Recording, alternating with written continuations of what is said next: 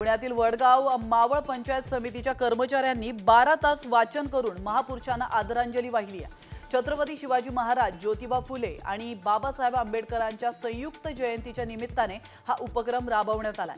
यासाठी सर्व पुस्तके पंचायत समितीकडून पुरवण्यात आली होती। पुणेकरांना लवकरच भूमिगत मेट्रो मिळणार आहे। स्वारगेट ते कात्रज भूमिगत मेट्रोला मुहूर्त मिळालाय। 3 ते 4 महिन्यांमध्ये काम सुरू होण्याची शक्यता आहे।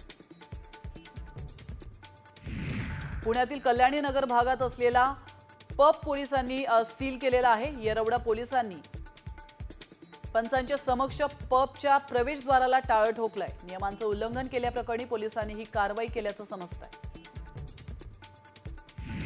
पुण्यातील हडपसर परिसरातील सय्यदनगर भागातील गुंड टिपू पठाणच्या पोलिसांनी माज उतरवलाय। जिथं गुन्हा केला त्याच ठिकाणी पोलिसांनी टिपू पठाण सह त्याच्या साथीदारांची धिंड काढली आहे। एका महिलेची जमीन बळकावल्याप्रकरणी टिपू आणि त्याच्या साथीदाराला पोलिसांनी अटक केली आहे। पुणे जिल्हा नियोजन समितीच्या निधी वाटपावरून खासदार डॉक्टर अमोल कोल्हेंनी उपमुख्यमंत्री अजित पवारांना थेट जाब विचारलाय। त्यांना 3 वर्षांच्या निधी वाटपाची श्वेतपत्रिका काढण्याचं आव्हान दिलंय। तर कोल्हेंनी हा निधी सामान्य जनतेच्या करातून आल्याची आठवण करून देत खणखणीत शब्दात सवाल केला।